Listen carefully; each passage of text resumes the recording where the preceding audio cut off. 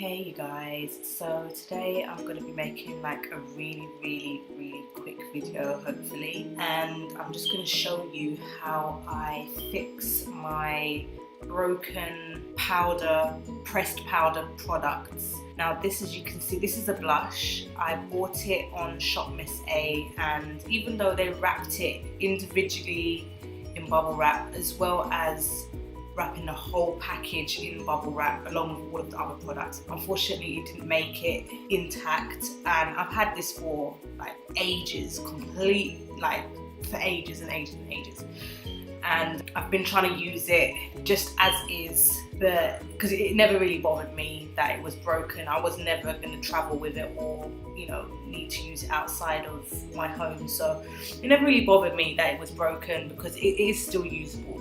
But I have received other items which have been broken, and usually when I do receive a pressed powder product which is broken, I tend to use this method to fix it. I have seen some other people do tutorials on how to fix pressed powder, like broken pressed powder products, and they use alcohol, and it's, to me, I do wonder whether or not that compromises the quality of the product itself. And the reason why I say that is because I did see somebody who used the same method of using alcohol. We all found that the product, it was compromised simply because the pressed powder itself was white. It was a highlighter, it was a white highlighter, and by the time she had finished, the highlighter was like, it was orange.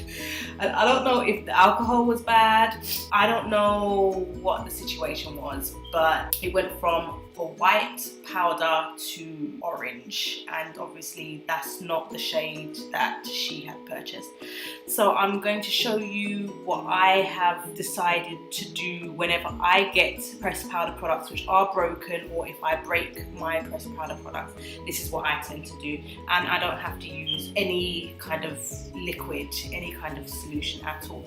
Now, as you can see, there's different sizes of broken pieces. You can break them down to be around the same size if you wish, and I guess it does depend on each product. Like, not all pressed powder products are the exact same. There are some which are a little bit more bouncy, some which are a lot drier than others, so it really does depend on the type of powder that you are using. You may decide that you want to crush it down a little bit more, you may decide that you want to keep it as is. Now, what I would advise is that either way, make sure that the pieces are around equal, like equally spread apart, so that like you don't want all of these pieces here to be all on one side, like clumped together in one section, because then it's not going to flatten out properly. Now, I'm happy with the way that it's arranged. I'm trying to be really careful because I'm on the edge of this seat thing here, and then what I do is I tend to get a piece of tissue just like this and cover it, and then I get a coin, I literally put it over the top, and I just press very gently. I just press, and I make sure that I'm going around the whole circumference of the compact. So I'm pushing it around the edge of the compact so that I can evenly press each side. I'm just pressing it down, but not using too much force. And it's starting to press. It's not 100% done yet, as you can see, and I have, like, there is some fallout on the edges there as well. So I'm just going to get a cleaner piece of tissue now, and I'm going to clean up all of that mess that I've made on the edge, bring everything into the center, just like that, and I'm going to redo the exact same thing again. Just going to press, press.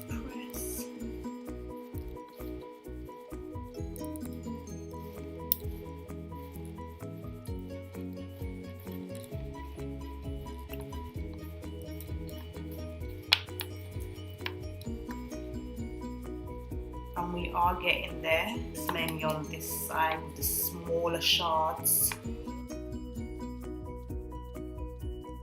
And this for me never turns out like 100% perfect because I'm not using any liquid. But as you can see, it's a lot flatter than it was when we first began. Using a liquid, it tends to, obviously it brings all of the powder together so that when you are doing the pressing, it is pressing smoother. So this way, I'm never gonna get it 100% flat and smooth.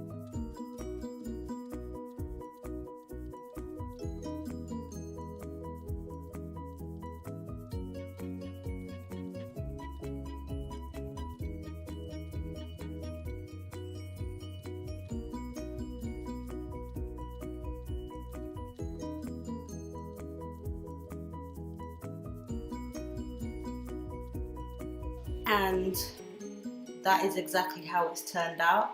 And this is a lot more usable, a lot more, well, it's a lot less messy than it was before. And I am more than happy, like if I really wanted to take this on travels with me or put it in my bag, I'd feel a lot more comfortable traveling with this than a broken compact. So with this, I know that I haven't compromised the formula. It's going to perform the exact same way as it was intended when they first made the product itself in the factory, because I haven't added anything. I mean, a lot of people do say that the alcohol compromised anything simply because it evaporates, but I don't know if I believe that 100%. So I just prefer to do it dry way, where I have no liquid at all, and I just create, well, I just flatten out what is there. That way I know that this is going to perform the same way that it was intended when it was first made in the factory. So I'm happy with this. I mean, if you do decide that you prefer to use the traditional way, you know, where you do use alcohol or whatnot, because some may not be happy with this result, which is more than okay, but this is what I prefer to do personally. So if you like this video, give it a thumbs up. Don't forget to subscribe, put me on notification, and I'll definitely see you in the next one. Bye.